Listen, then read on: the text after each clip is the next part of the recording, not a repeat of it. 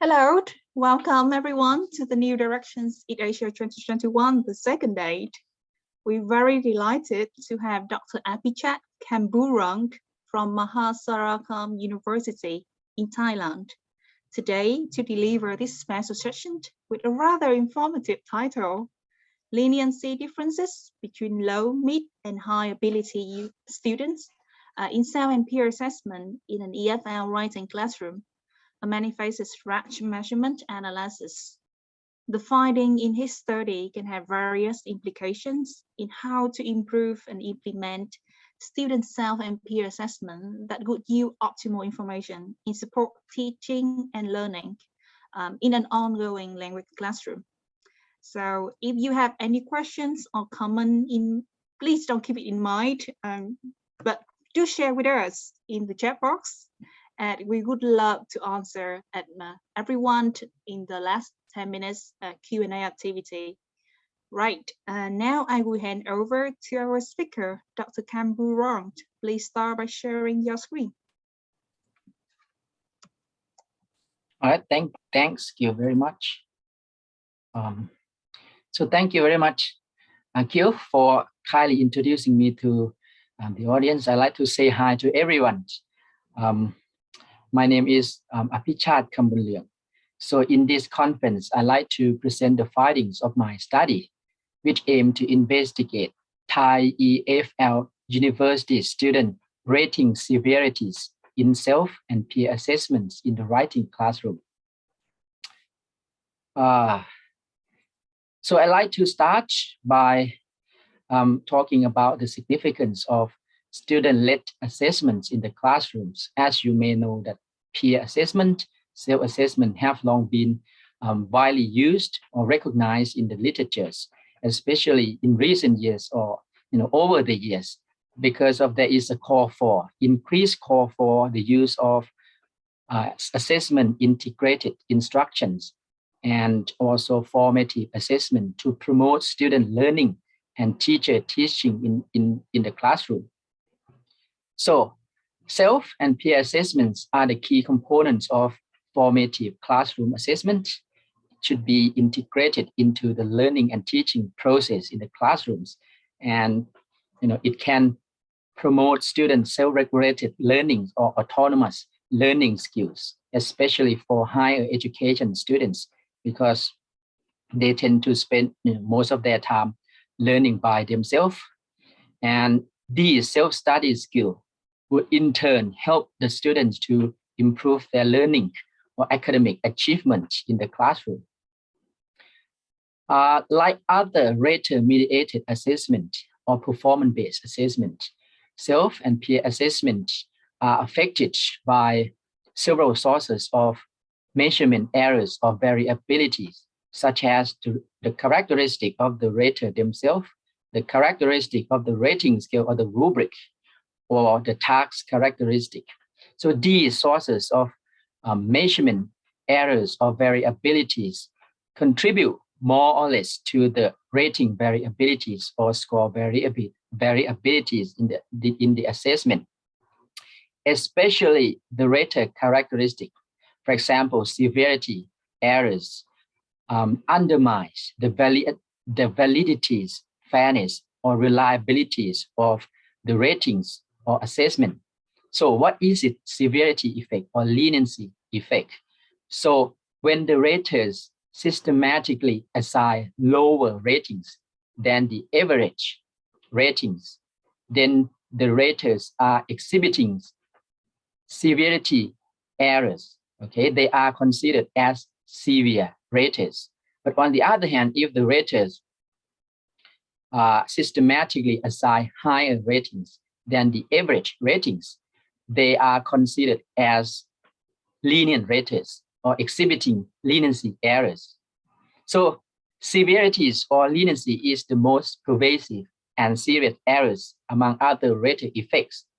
And so far, there are several approaches and ways to investigate the rater severities.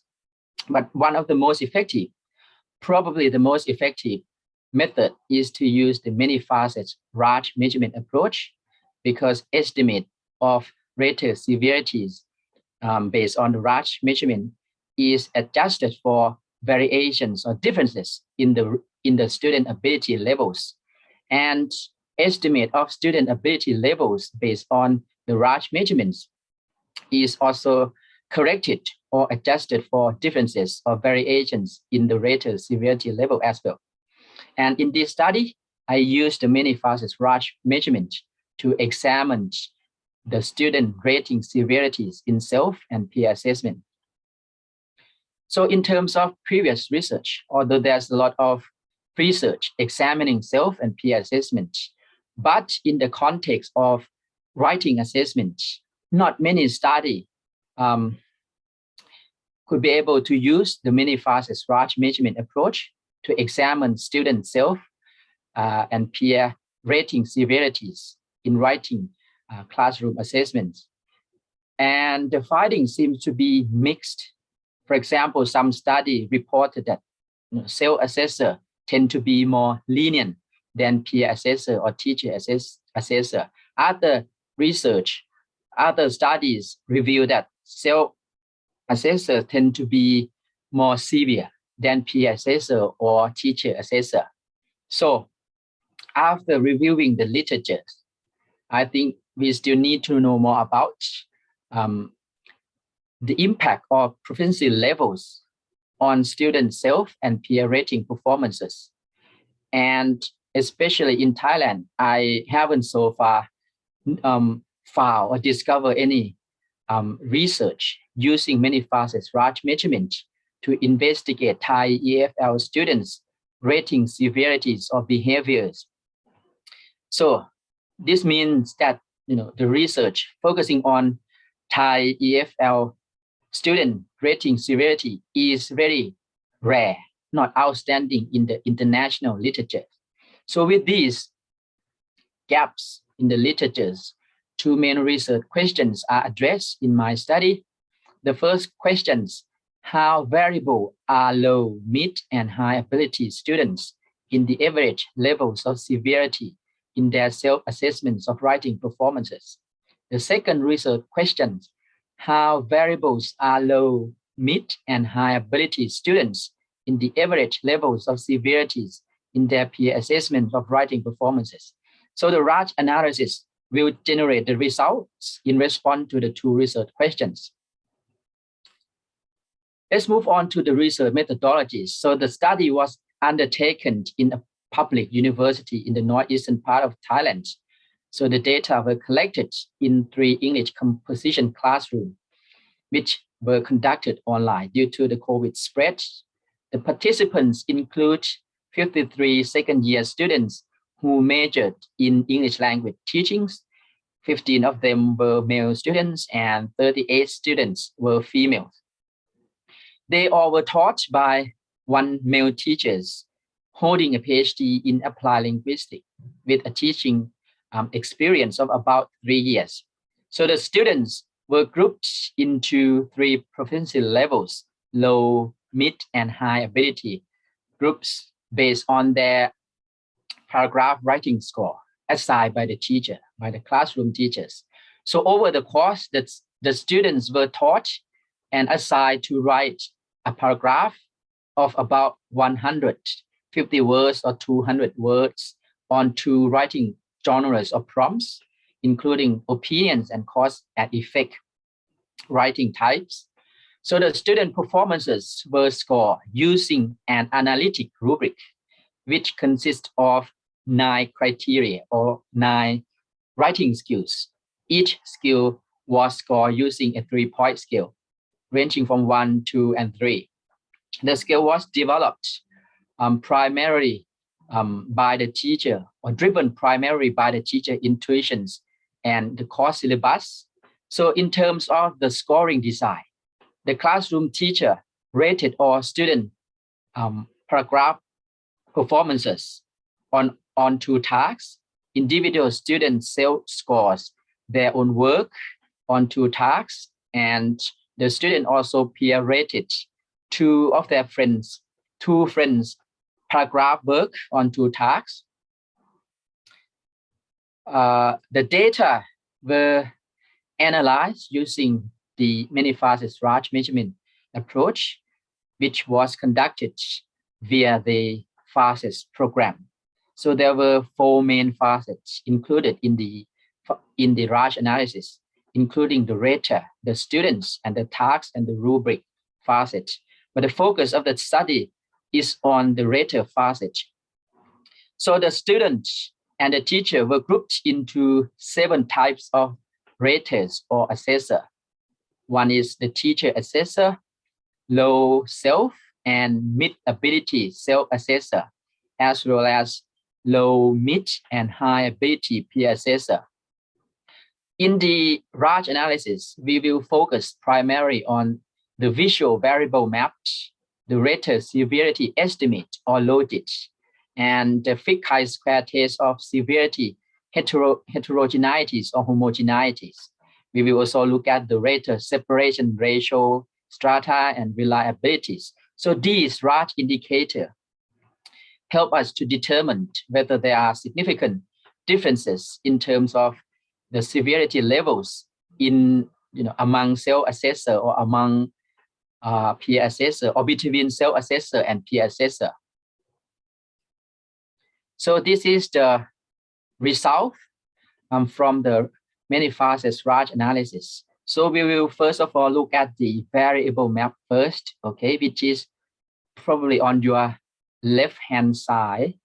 And as you can see, these variable maps show the locations of the rater severity levels and individual student ability levels and the task difficulty levels, and also the writing skill or the category, the criteria on the same, the locations of these students and raters are on the same logic scale.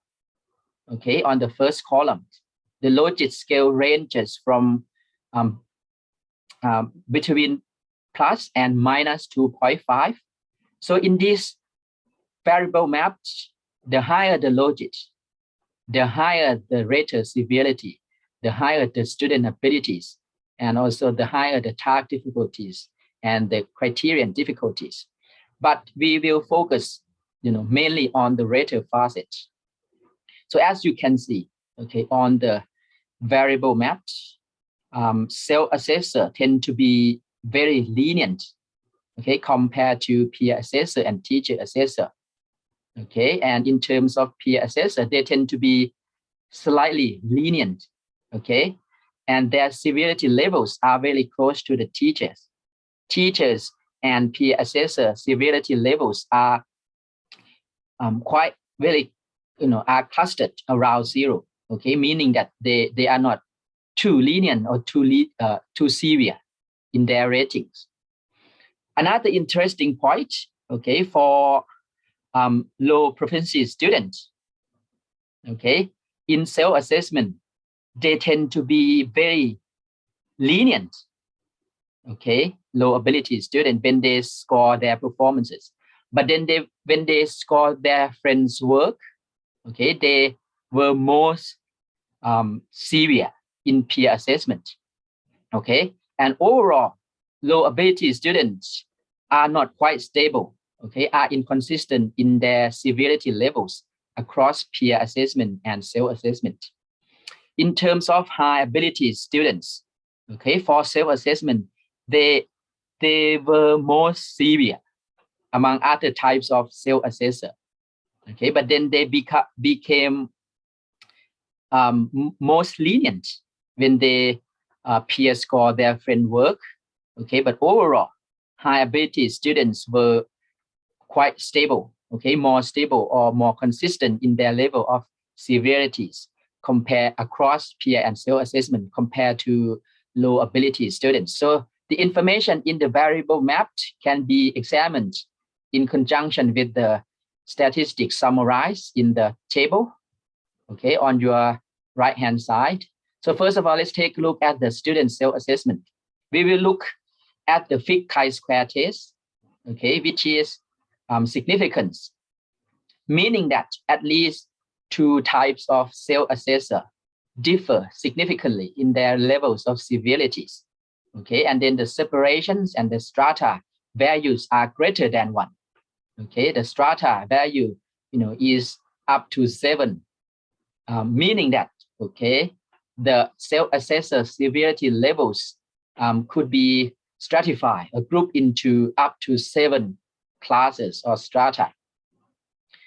And in terms of student peer assessment, okay, as you can see, the fit chi-square test is also significant. So this suggests that at least two types of peer raters were significantly different from one another, from each other in terms of their level of severities.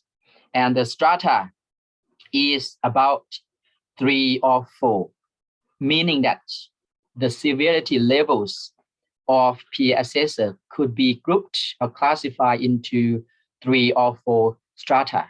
But if we compare between self-assessor and peer assessor, we'll see that peer assessor tend to be more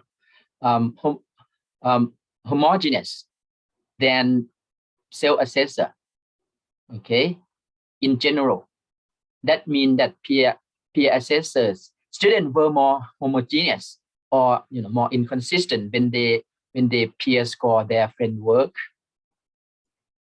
So this slide summarize the key findings based on the Rasch analysis results. So in terms of self-assessment, self-assessor were rather lenient, especially low ability students, and self-raters were significantly different and more heterogeneous than peer assessor in their leniency. Self-raters were more lenient than peer assessor and teacher assessor, and high ability self-assessor show the least lenient ratings in self-assessment. Peer assessor were significantly lenient, were not significantly lenient, or were slightly lenient. I mean, not too severe or not too lenient, just slightly lenient. And peer assessor were still significantly different, but more homogeneous than self-assessors in their leniency levels. And peer raters were leniency levels were very close to the teacher leniency level.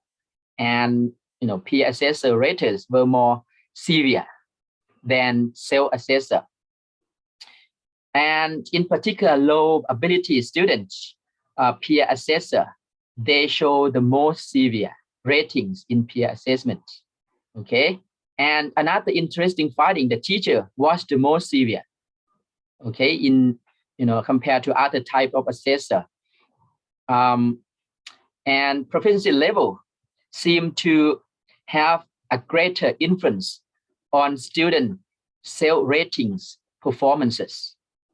Or in other words, proficiency level doesn't seem to much affect students' rating performances or severity levels in peer assessment.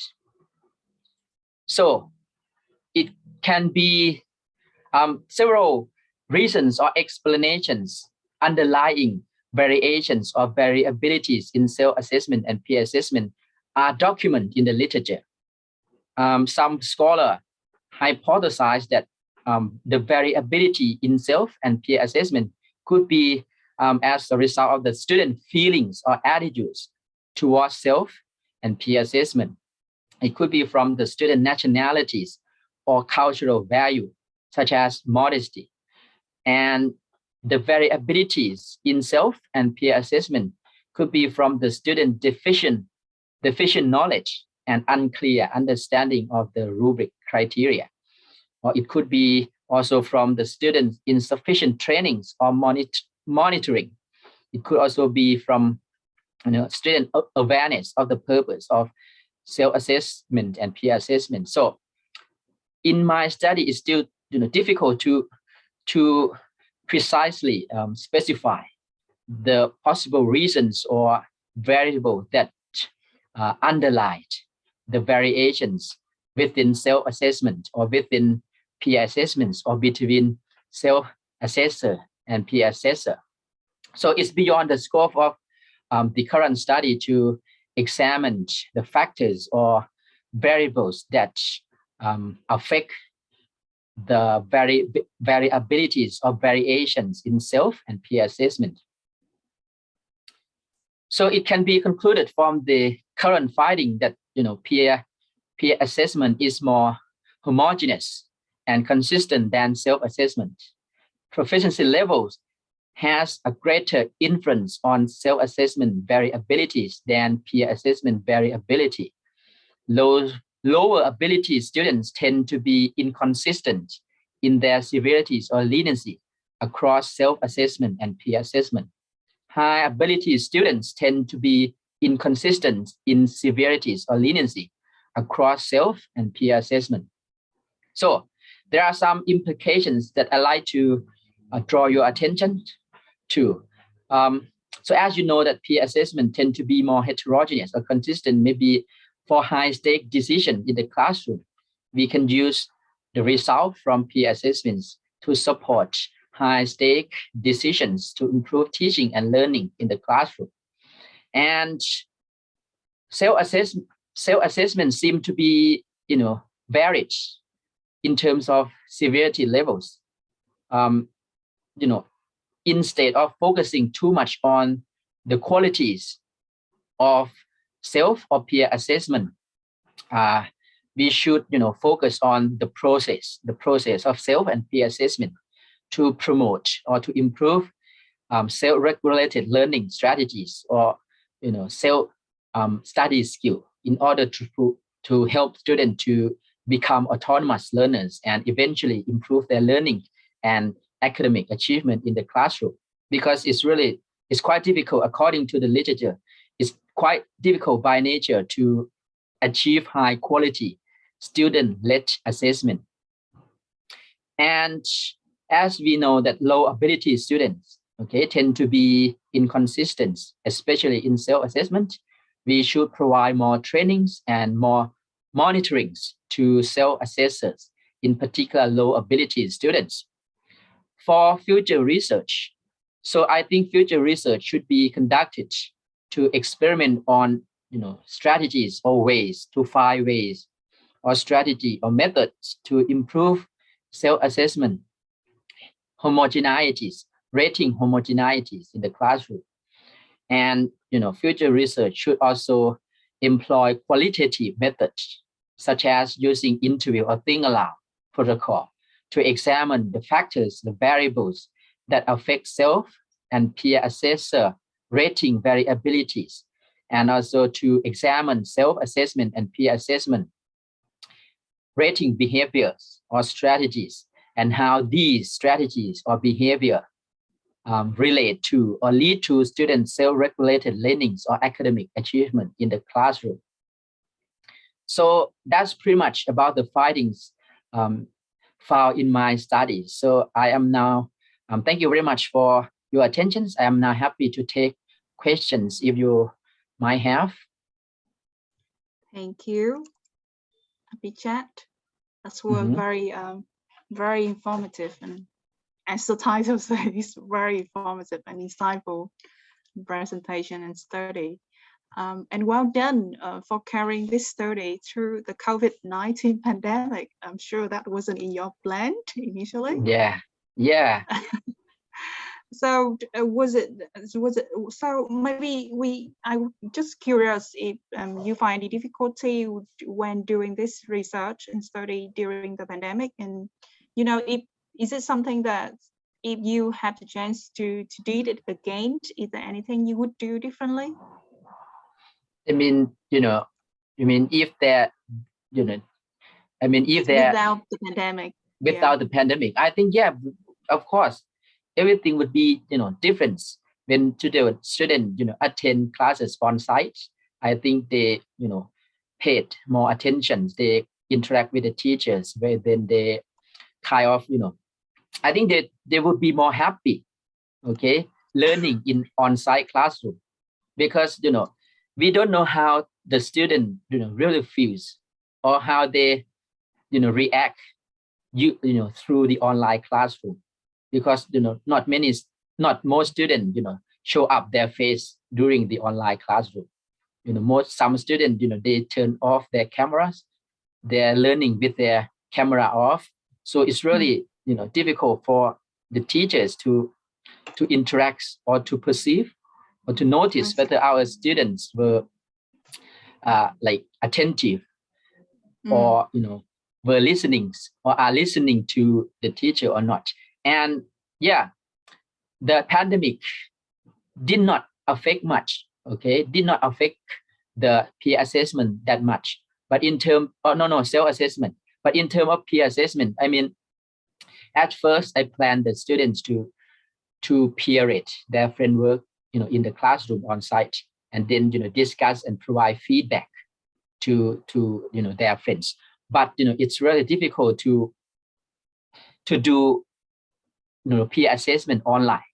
So, peer assessment, wasn't really used for formative assessment purposes in my study.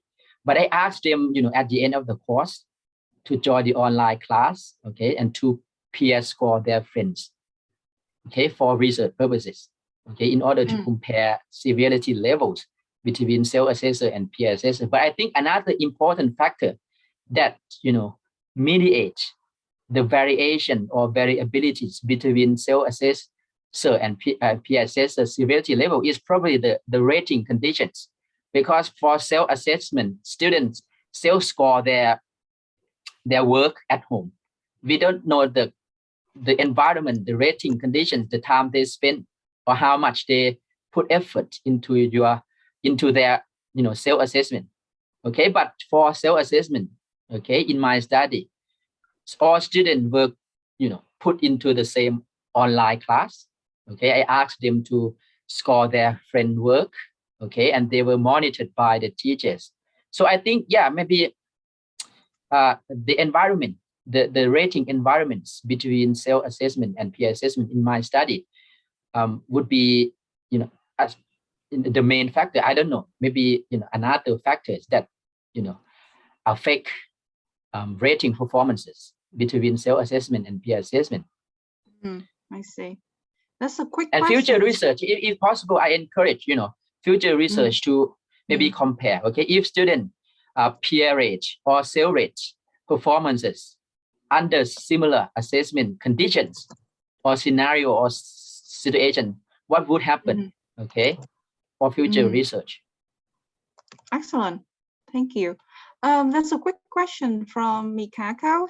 Well, first of all, she wants to thank you for presenting a wonderful study. Her quick question is that, did you ask students to peer review and anonymously? Yeah, anonymous. Student rate, the student rated 2 friends paragraph, anonymous paragraph. But I see. Like I said, they couldn't provide feedback because it was difficult to do the peer assessment activities under the COVID and online classroom. So I just asked them to peer rate their friend work. Awesome. And their student works are their friend works are blind or anonymous. I see. Lovely. I'm sure that the expectation from Mikako as well. TA stand for teacher assessment. So many abbreviation. I'm sorry. Oh no, don't worry. Well, so as you can see, Mark Richies have such a wonderful questions. So allow me to read it out loud so that our audience can follow it as well. So Matt saying, what do you think are the factors that influence the severity of teacher assessment? And he surely agrees that the qualitative research, such as narrative study and phenomenology, could be done to find out about this factor as well.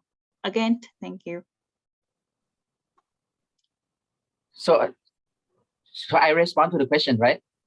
Yeah, feel free to. Like I said, I think one possible, in my opinion, I think that the rating environment, maybe, for self-assessment, student might not put effort or pay attention because we don't know, to what extent they put effort when they self-score their assignment, because it's like, homework. Students were asked to self-score their performance and then revise their work before they submit their works to the teachers. They did this, okay, at home. But for peer assessment, okay, they were asked to join the same sessions, okay, and then peer score their friends' paragraph, okay, under the same, online sessions, maybe, and they were monitored by the teachers. So I think, yeah, and one factor that could affect self and peer assessment variabilities in my study would be the rating condition between self and peer assessment. Thank you, Dr. Kambura. I'm afraid that's all the time we have. However, our dear audience, if you still want to have further questions with our speaker, please don't worry, he's not going anywhere, and you still can have a chance to make a good use of the community tab right at the top of your platform. If you would like to have a discussion, to continue this discussion with our speaker or other fellow attendee. Well, and don't forget to leave us some feedback on this particular sessions by answering the 2 questions in the survey tab right next to your chat box. We thank you for your participation and hope you enjoy the rest of the conference. Goodbye for now. Goodbye, Dr. Kambura. Thank you so much, everyone, for the questions and the host as well. Thank you.